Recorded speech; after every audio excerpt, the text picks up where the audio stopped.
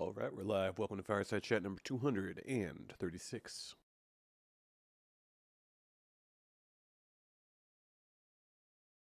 Few announcements today.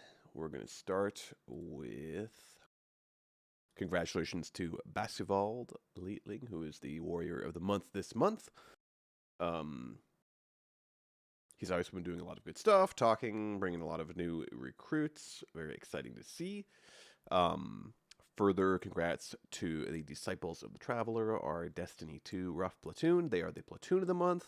They also get the Platoon of the Month voice channel, which is the Lightfall Waiting Room. That's what they've chosen to call it. One announcement based on the, or around the event archives posts, of which I will make one for this very Fireside Chat. We're asking that people mention everyone who attends events and mention the host as well. It makes it really easy for Ulfwald and his staff and anybody else who needs to look through for event attendance, which is kind of the whole purpose of this system, so we can see who showed up to what, both to track how successful events are, but also so we know like certain ranks you need to get a promotion to maintain your rank. We want to see that you're either gaming or attending an event now and then.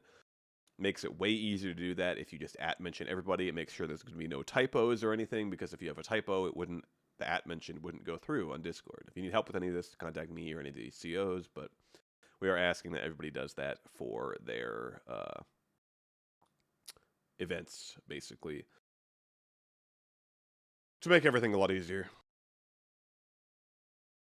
So just again to recap, mention yourself as the host and mention everyone who attends the event when you write your event archives post. Secondly, you may have seen that the rules channel and the get rolls channel both look a bit different. The text of these channels has not really changed, but we're using some embed messages from Sanctifico now to kind of condenses things a little bit, makes things look a bit sharper, move some of the links that are just kind of sitting in the text to buttons at the bottom of each little section of the rules. So hopefully the whole thing is a bit easier to read now. Again, not any rule changes or anything, but a little bit more streamlined, cleaned up a bit. I may as well, and get rolls as well. Same deal, just a little bit condensed, streamlined, easier to read. We may be looking at doing this more. In fact, we almost definitely will be. So look for the About WA channel to potentially get kind of redesigned, potentially with some embed messages. We're looking at changing that into one of Discord's forum style channels and doing that. And using some of those embed messages elsewhere too. They're really useful. For example, a lot of game channels have a pinned post there with information like what server are we on, what is our guild, what are everybody's character names, what are some like the wiki links for the game. Different things like that the embed messages make it a lot easier, because you can just add the link buttons at the bottom of the message. You can add in pictures. It just looks better. So definitely a good chance that we will be making further use of those. Yeah. And the rules channel as well, because I realized after I set up the initial posts that the very first post I have there, which is kind of just like a one paragraph, sort of flavorful summary of WA, which sort of borrows from what we used to have on our website. We still have it on our website, but we've had a sort of kind of thematic sort of introduction to the clan on the website for a long time. The wording has changed slightly over time, but kind of maintains that tradition. But having the Join WA and WA server guide links as buttons would be cool on that. So that'll probably be updated again. But again, no significant changes. I think just hopefully making these things a little bit easier to read and navigate for people. All right. Next, we have New Northgard channel and role, those are up. So new channel under games, new role in the newly redesigned Get Rolls channel. As well, did I make an announcement about job board? No, I haven't yet. I probably will, but preview for that. I kind of redid the job board channel to try to, a lot of times I use it as a kind of a to-do list for myself. Obviously, people could offer to help, but I realize it's not super easy to read or understand what's going on for newer members especially.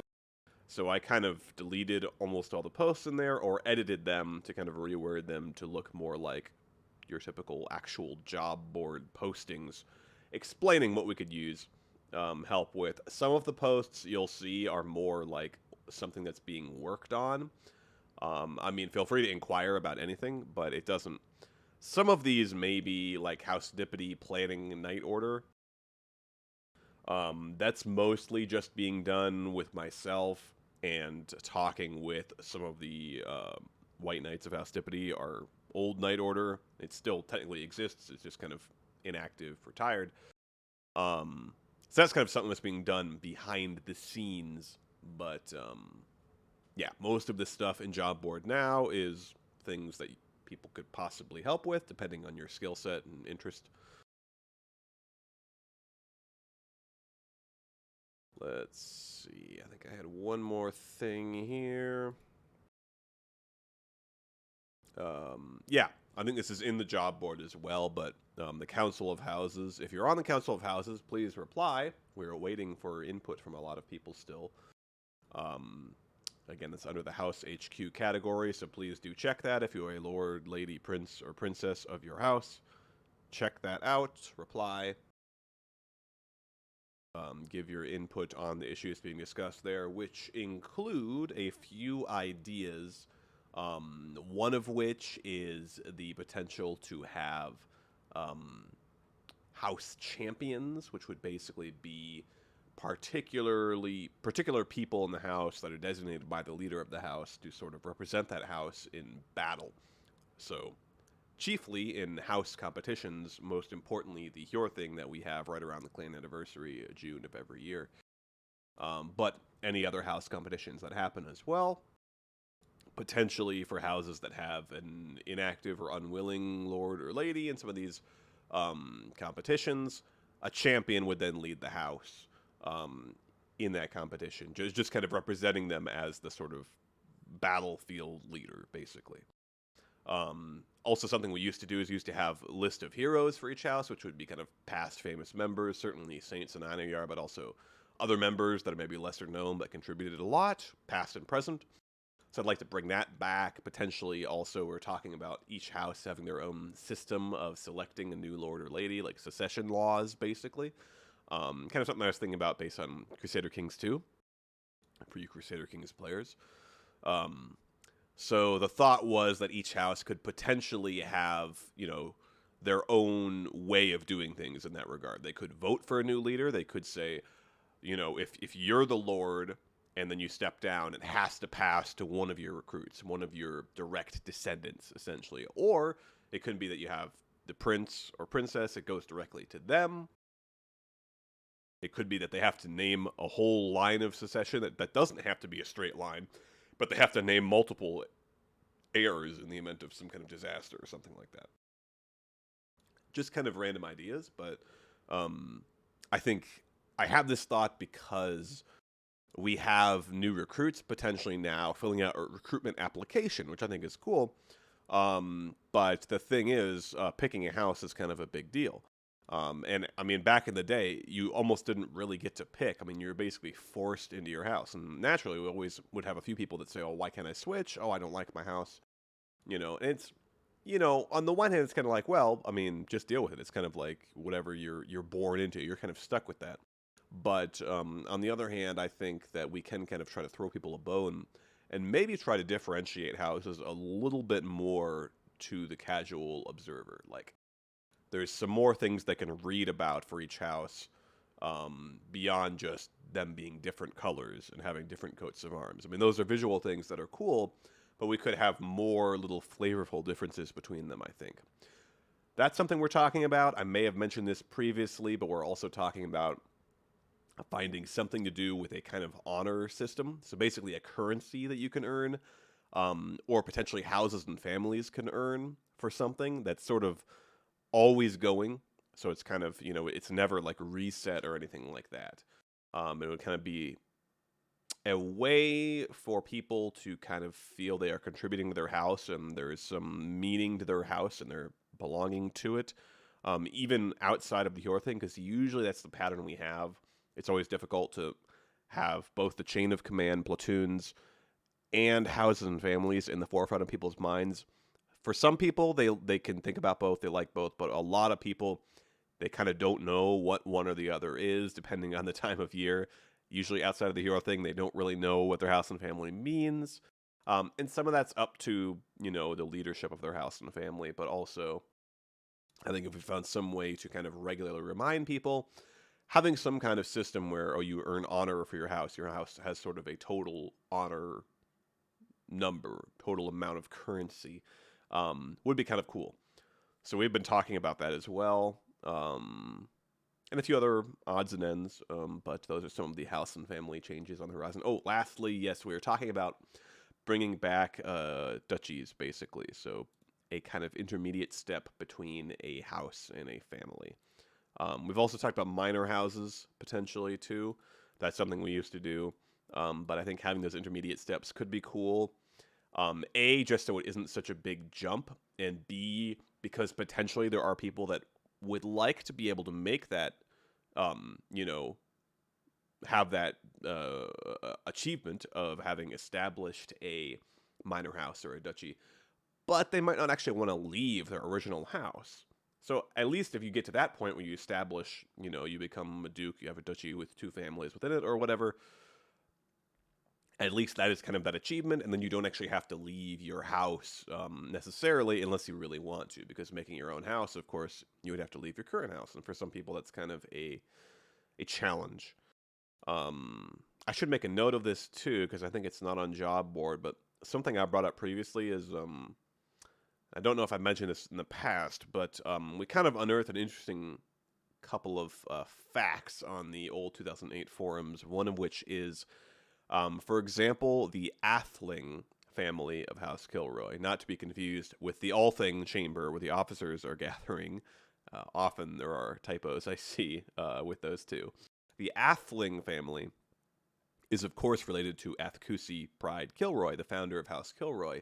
But what we discovered was the Athling family was originally, it wasn't supposed to operate as a normal family, as in you and all your descendants are part of this family, unless one of them makes their own family, and then they and all their descendants are their own family. We have this system. If you look at a lineage chart, modern day one, it's very obvious. But the way the Athling family worked is that everyone, only those who played with Kilroy originally in Clan Jade Falcon on Mech Assault 2 before they joined WA were considered Athlings. So Kilroy's later recruits, after he joined WA, were not Athlings. But his earlier recruits, who played with him on that game before they joined WA, were Athlings. So this is interesting because it means that you can have some of a member's recruits be part of their family, and other ones not. And generally, in these kind of things, I like to rely on history and tradition and not try to change things a bunch. So this is kind of an interesting thing because now we're discovering something about history and tradition that we didn't actually know.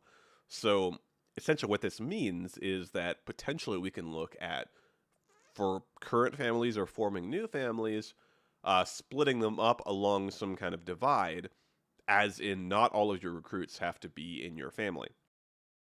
It's kind of interesting, and maybe interesting with some people who have kind of talked to me about making their own families in the past, and some of kind of the pitfalls and the limitations of that based on how our lineage systems and family forming systems tend to work. So yeah, kind of a interesting little revelation there. Probably what we would ask is that if you do split your family in that regard, there is some kind of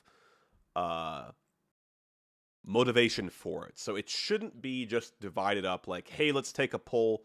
who wants to join my family, who doesn't. Okay, 4 of my 10 recruits want to join, 6 of them don't, so I'm just going to split them up like that. That probably wouldn't make sense, but let's say somebody's been in a family a long time and they say, I want to make my own family. Um, okay, let's go and make a platoon on this new game. Okay, they go make the platoon, they start recruiting a bunch of new people. All of a sudden, they have, say, them and a few current members and a bunch of new recruits that are all specifically playing this new game on this new platoon. And then they want to make a family. Well, okay, now maybe you have a case for it because you're saying, oh, this family is going to be all the people that were on this sort of expedition on this new game. So potentially providing some kind of motivation or yeah, some kind of justification for it. Anyway, I think that should about do it. So I will go ahead and be around for office hours shortly.